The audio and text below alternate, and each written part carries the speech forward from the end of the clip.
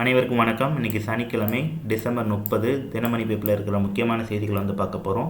இன்றைக்கி ஹெட்லைனில் என்ன கொடுத்துருக்காங்கன்னா, விஜயகாந்த் உடல் நல்லடக்கம், 72 குண்டுகள் முழங்க அரசு மரியாதை அப்படிங்கிற நியூஸ் கொடுத்துருக்குறாங்க. மறைந்த தேமுதிக தலைவர் விஜயகாந்த் அவர்களுடைய உடல் முழு அரசு மரியாதையுடன் 72 குண்டுகள் முழங்க சென்னை கோயம்பேட்டில் உள்ள கட்சி அலுவலக வளாகத்தில் வெள்ளிக்கிழமை நல்லடக்கம் செய்யப்பட்டிருக்குது.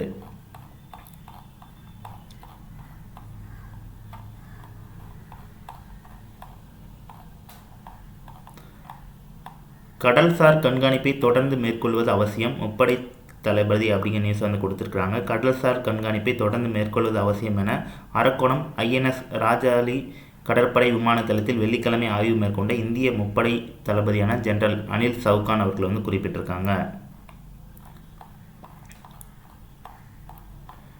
ஜனவரி 1 இன்றில் விண்ணில் பாய்கிறது PSLV C-58 ராக்கெட் அப்படிங்கிற நியூஸ் கொடுத்துருக்குறாங்க. முக்கியமான செய்தி, இது குறித்த கேள்விகள் வரலாம். அதாவது என்னென்னா, விண்வெளி ஆய்வுக்கான செயற்கைக்கோளுடன் PSLV C-58 ராக்கெட் ஆந்திர மாநிலம் ஸ்ரீஹரிகோட்டாவிலிருந்து இன்னைக்கு இருந்து வரும் திங்கட்கிழமை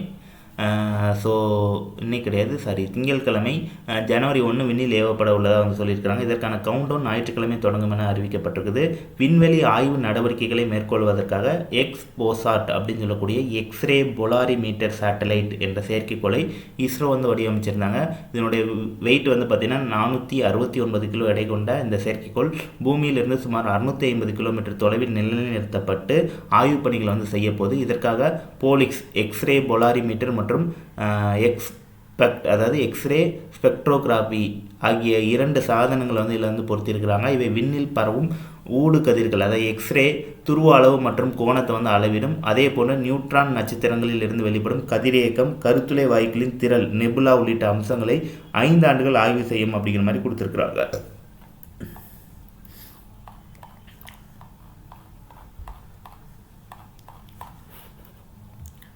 இன்றைக்கி திருக்குறள் என்ன கொடுத்துருக்காங்கன்னா, ஆற்றின் வருத்தம் பலன் என்று போற்றினும் பொத்தப்படும் அப்படிங்கிற தெரிந்து செயல்விக்கு அதிகாரத்தில் 468 கொடுத்துருக்குறாங்க.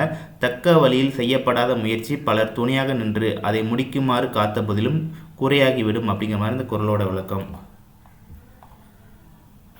தலைமை தேர்தல் ஆணையர் நியமன மசோதாவுக்கு குடியரசுத் தலைவர் ஒப்புதல் அப்படிங்கிற நியூஸ் கொடுத்துருக்குறாங்க. தலைமை தேர்தல் ஆணையர் மற்றும் இதர தேர்தல் ஆணையர்களை நியமனத்துக்கான அந்த அமைப்பு முறைக்கு ஏற்படுத்த வகை செய்யக்கூடிய அந்த மசோதாவுக்கு குடியரசுத் தலைவர் அவர்கள் ஒப்புதல் வழங்கியிருக்கிறாங்க. இது போக மேலும் 3 மசோதாக்களுக்கு ஒப்புதல் வழங்கியிருக்கிறாங்க. அதாவது பத்திரிகை மற்றும் பருவ இதழ்கள் பதிவுக்கான நடைமுறையை எளிமைப்படுத்தும் மசோதா நாடாளுமன்றத்தில் அண்மையில் நிறைவேற்றப்பட்டது. ஆங்கிலேயர் காலத்தில் இயற்றப்பட்ட பத்திரிகை மற்றும் புத்தகங்கள் பதிவு சட்டம் 1867க்கு மாற்றாக இந்த இது கொண்டு வரப்பட்டிருக்குது.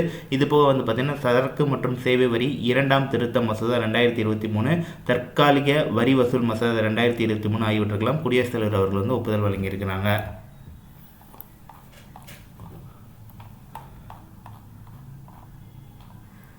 அரசுடன் உல்ஃபா அமைப்பு அமைதி ஒப்பந்தம், அஸ்ஸாம் மக்களுக்கு மிகப்பெரிய நாள், அமித்ஷா பெருமிதம் அப்படிங்கிற நியூஸ் கொடுத்துருக்குறாங்க. மத்திய மாநில அரசுகளுடன் அஸ்ஸாம் ஐக்கிய விடுதலை முன்னணி, அதாவது உல்ஃபா பிரிவினைவாத அமைப்பு அமைதி ஒப்பந்தத்தை வெள்ளிக்கிழமை கையொப்பமிட்டிருக்கிறாங்க.